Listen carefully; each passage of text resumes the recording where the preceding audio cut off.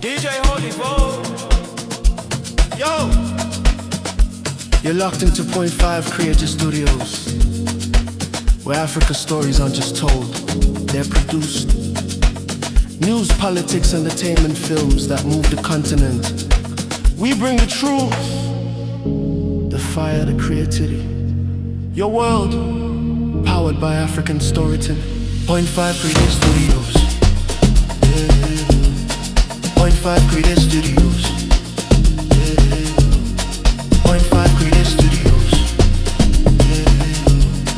Point 5 Creative Studios. Point 5 Creative Studios.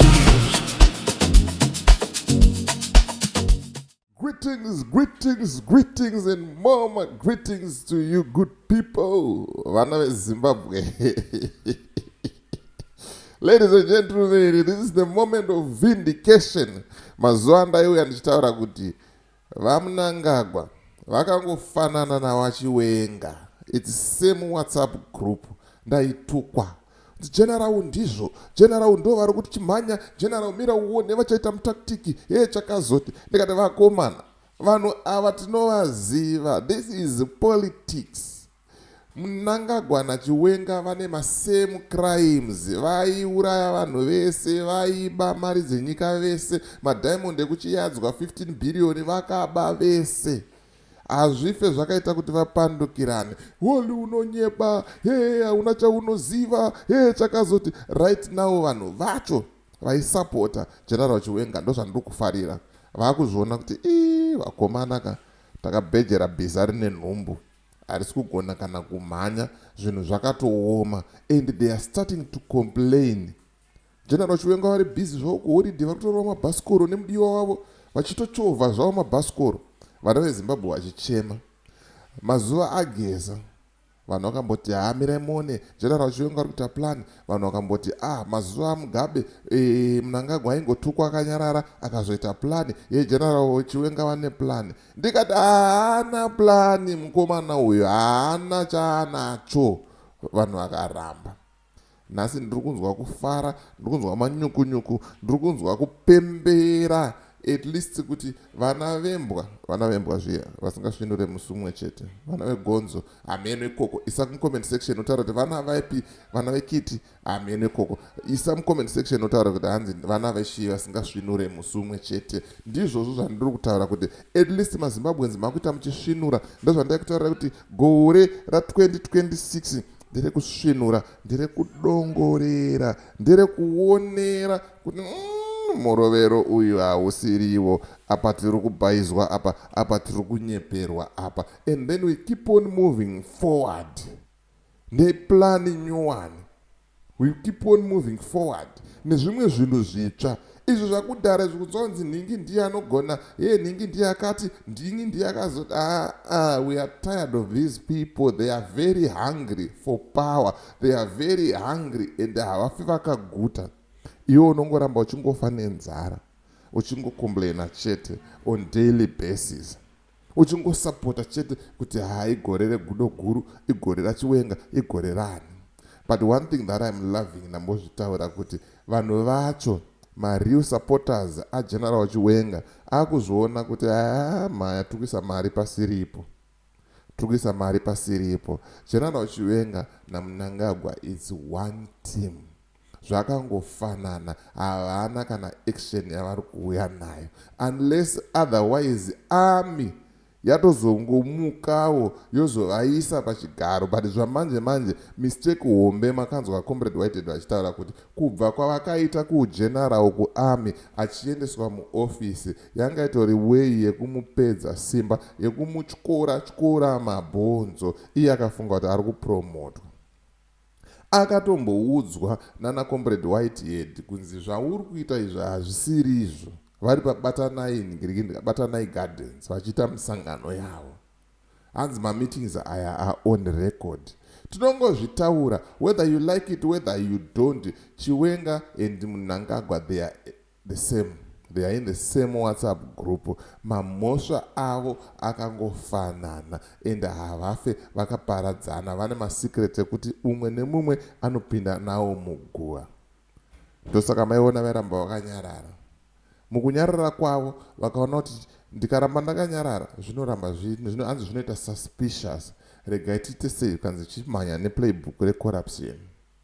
Kubva pakatanga kutaura General Chiwenga about corruption, about zvigananda, ndiudzei ndiani munhu wani ati asungwa besides Mike Chimombe naMoses Mpofu vanga vatogara wane beefi naWiki neUchivhaya? Ndeupi mumwe munhu ari kuita uori waundoziva iwewe asati asungwa?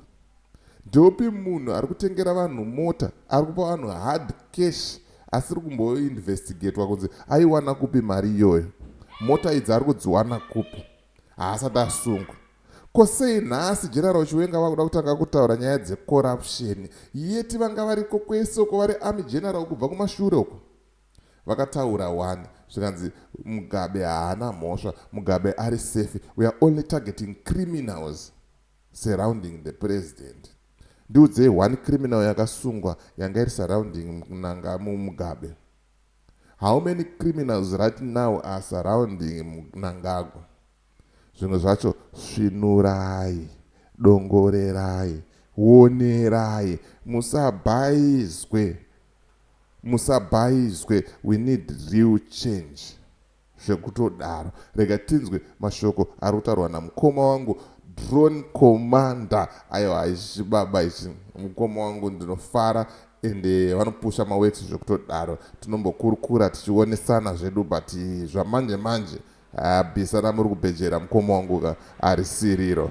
Eso mi DJ Ole and the rest of the crew behind the scenes. Let's watch the video.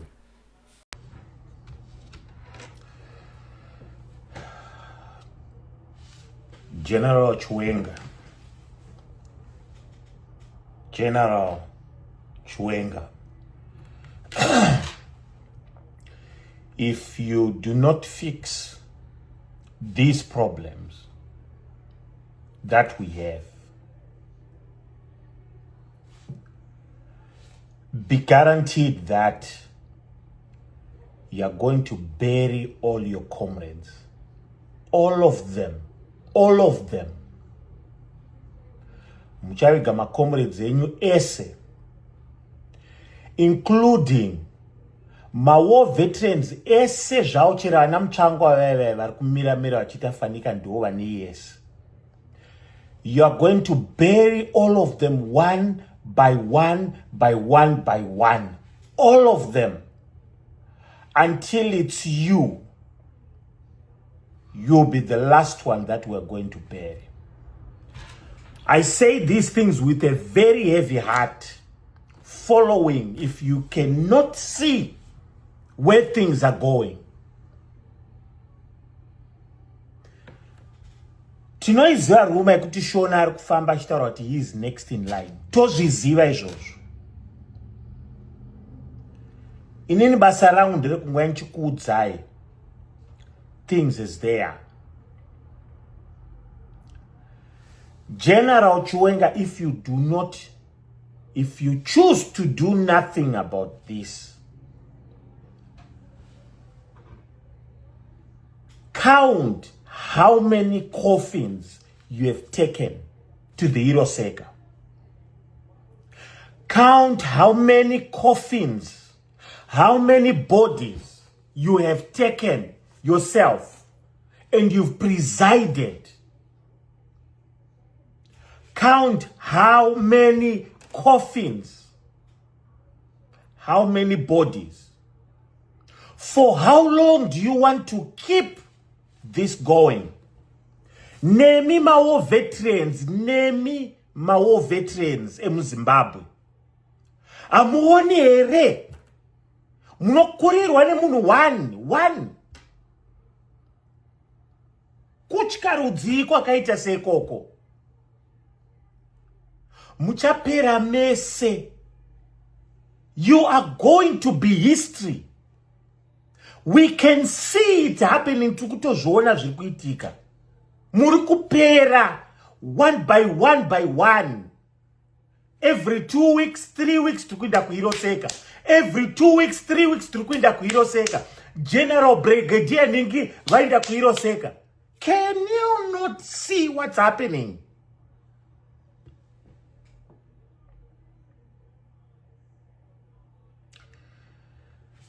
I am a person that will come and tell you the truth. I think it's about time you do something about this.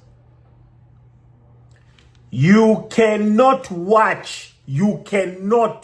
continue to watch this chaos continue. To a point where now the extension of it is ED goes into 2030 and then give him another 7 years. None of you will be there. None of you will be there. This has got nothing to do with a party. Ndezvana Ziyambi varikuti Ziyambi anofana kuenda mujere, mu maximum prison. Apana chinhu chinonyangadza sezvinhu zviri kuitika right now. Apana chinhu chinonyangadza like what we are seeing as the public going on right now. Something needs to be done very urgently. Something must be done. Imi maovheti mese makanyarara muchiita fanika problem ndeyekumba kuumwe munhu. Ndira kukutaurirai kuti muchatsvairwa mese. Mese. Cherana weekneyo ivava vese nanatagwire. Vachapafa vese. You don't know the guy you're dealing with. Kana musingaonika imbotora boots dzavamwani munopfeka munzwa kuti dzinofamba sei. From there you're going to have a third eye. You cannot see kuti munhu akabatsira munhu kuti aite president ndiye apandukirwa kusvikira kunzi afe nehama dzake dzese neshamwari nezvese. You cannot see that. Ana vageza ivava vaenda nhasa. You cannot see people that stood with the men, but he's eliminating them one by one. Nini basa rangu ka? Ndireko yanchu kutaura chokwadi. If you don't want an awareness, tell us. If you do not want to change things, then we go seek help somewhere else to remove this evil that's begotten our country. Manjets, Anunnaki, the royal bloodline.